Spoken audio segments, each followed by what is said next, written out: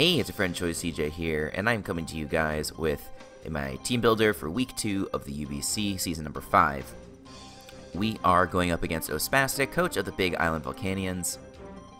He is a good friend of mine. Met him up in the GBA. He is a fellow analyst, hosted the weekly recap series this past season, and did a really good job. And we invited him to the UBC. So we're gonna be battling in a few minutes. But I'm like really tired. I just woke up from a little nap, and so I'm trying to like get back into the swing of things.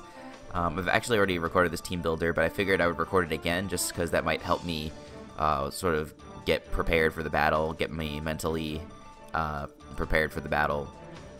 And so let's take a quick look at his team. He has Mega Venusaur, Florges, Latios, Terrakion, Umbreon, Fortress, Blastoise, Tornadus T, Jolteon, Dusclops, Rapidash, and Kangaskhan. And so I did have 2 mock battles for this yesterday. Big shoutouts to Adam and Turkey for helping me out. I saw 5 Pokemon in both battles. It was Latios, Terrakion, Umbreon, and Blastoise, and Tornadus. Those 5 came to both battles, and then the last Mon was either Venusaur or Fortress. Both of them were built to take on Sylveon, which is a really big threat to his team. You can see that that's the first Pokemon that I have on my team right below here. But like of those Mons, like Terrakion is a really big threat because I don't have great switch-ins to it. I don't have really Mons that could switch into it well, period. Like even amongst the Mons that are on my bench, nothing can really handle it all that great. Tornadus is actually a really big problem. I really need to keep my Weavile healthy in order to take on the Tornadus because I don't have many other ways to deal with it, especially if it's packing like Icy Wind or something like that to deal with Landorus. And yeah, those are the biggest things that I'm worried about. Umbreon, of course, is really annoying, and I've tried to prepare for that a little bit, just because if you don't plan for Umbreon, it can suck out your team just because you don't have the right coverage. So let's just hop on into this this team builder real quick. I am packing a Choice Spec Sylveon, Hyper Voice, Psyshock, Hidden Power Fire, and Baton Pass Monist with max speed. And the reason for that is this will outspeed a non-invested Kangaskhan. Non-invested Kangaskhan hits 216 if he decides to bring that Pokemon for some reason, and he decides to bring with no speed. There wasn't really anything else like worth speed creeping. I guess I could have brought the speed down a little and then invested a little bit into bulk, but I think it's totally fine. Only thing that really matters is this modest nature, because it murks everything on his team that's not named Venusaur or Fortress. Psyshock is a 2 KO on Venusaur, even if he's Fizz Def, and then Hidden Power Fire does a tremendous amount of damage to non-Akaberry Fortress. I originally had Wish instead of HP Fire, just because I figured, you know, Hyper Voice is 2 at KOing Fortress anyway if it's Fizz Def. But after playing against this F1 in a battle, in a mock battle, I figured I would just put on the HP Fire. And I never got the chance to use Wish anyway, so I didn't think it would be really missed all that much. But yeah, just those 3 moves just obliterates his team. Baton Pass in case I want to scout out what he was going to go for. And, you know, I can try and anticipate that. But yeah, this thing is going to wreck his team, and I'm really excited about it.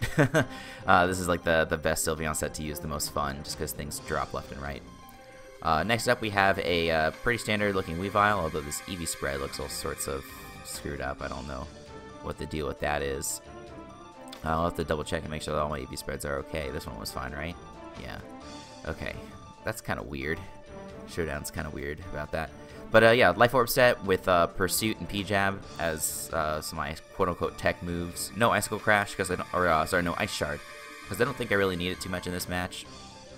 The only thing that I'd like to have it for is like a Jolteon, I guess, or like a Choice Scarf / Dragon Dance Latios. But Latios is handled fairly well by Steelix, and so I'm not super worried about it. But yeah, this Pokemon is just a threat versus his team. It locks in or traps in Latios, does super effective damage to Tornadus, takes care of Dusclops and a whole bunch of other stuff. It's just a general nuisance for his team. And even though Venusaur does take neutral damage from the ice moves instead of super effective damage, you know, Icicle Crash is probably still going to do like a clean 40% to that thing. So if I get some chip on it, it's a 2-hit KO if he tries to switch it in. I don't really know like what his switch-in is going to be. Maybe like a physically defensive Blastoise. That might be his best way to deal with Weavile, but Blastoise is also really pressured by Victini. Yes, if it's packing electric coverage or grass coverage. So I'm not exactly sure what he's going to do, but it'll probably be a Blastoise is what I'm thinking. But yeah, just pretty standard set. Pursuit does like 70% to Torn if I want to try and trap that. Icicle Crash will kill Torn through Yache Berry if I have rocks up, so it's very nice. Next up, I guess this is the most interesting set this week. It's Assault Vest, Steelix, Max Spadef, Iron Head, Earthquake, Ice Fang, Fire Fang. This is a really important Pokemon this week, actually. It takes on Latios, it takes on Tornadus, it takes on Florges, it takes on Jolteon. And so for that reason, it's like really pressured, which is kind of why I wanted to run Wish on Sylveon if I could.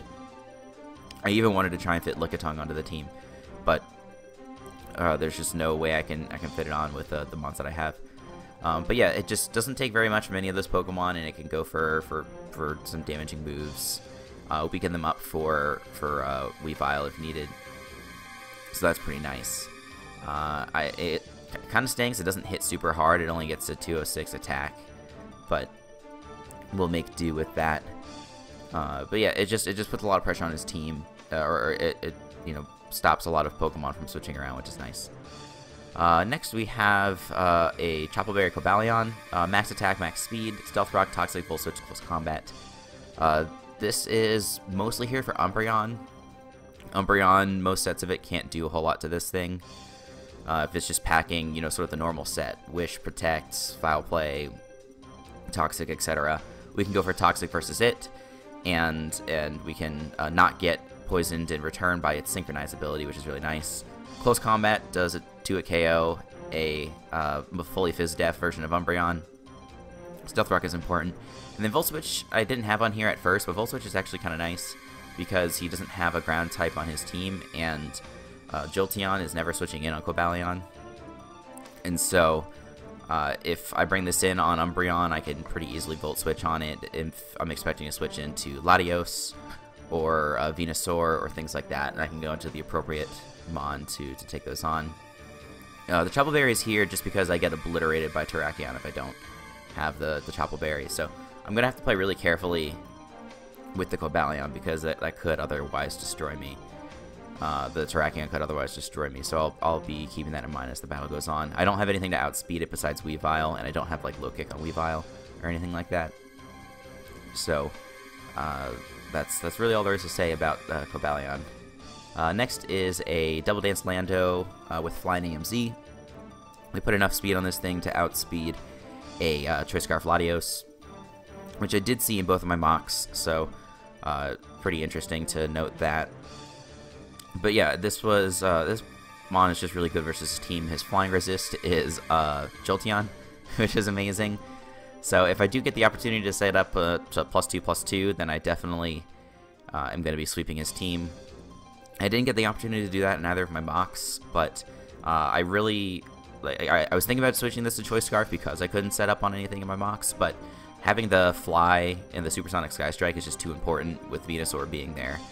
Venusaur could potentially be a big nuisance for my team, and so I don't want to sleep on that. And yeah, because I didn't need so much speed, it allowed me to put a little bit into HP and defense, so that way I can come in on a Terrakion if I need to score an Intimidate or something like that. Maybe if he's like Choice Scarfed into Close Combat or something, that's an opportunity for me to set up. And if he's like a Fortress that doesn't have HP Ice or something, I can probably set up on that too. So really looking forward to using this. This is like the reason you draft Landorus T these days, is for sets like this. And then last but not least, I do have a Safety Goggles Victini. Enough speed for a max speed Kangaskhan, because there's nothing else really to speed creep on his team. And we're just going with a fully physical set, Zen Headbutt, V-Create, Bull Strike, U-Turn. I gave it Safety Goggles because it's going to be my #1 thing to hit Venusaur, and I don't want him to be putting me to sleep and you know, neutralizing one of my biggest threats versus his team. And so Zen Headbutt should do a KO most variants of Venusaur, even without a boosting item, so that's pretty nice. I guess I could have run like Sleep Talk or something if I was worried about the Sleep Powder, but I don't want to give up any of these coverage moves. Like, U-turn's just too nice for momentum. V-Create destroys everything on his team. Bolt Strike takes care of the Blastoise, which is otherwise like his main check to Victini. So that is definitely important. And yeah, if I can use this Pokemon in combination with Candy to weaken his team, something like Weavile or Landorus should be able to clean up. Weavile just being the amazing revenge killer that it is, and Landorus having the setup set that I have. So anyway, I'm feeling pretty nice and energized for this battle now, so we'll be hopping into this in a few minutes, and you guys will be seeing the battle, of course, tomorrow at around this same time, probably around 5 p.m. EST. So hope you're looking forward to it.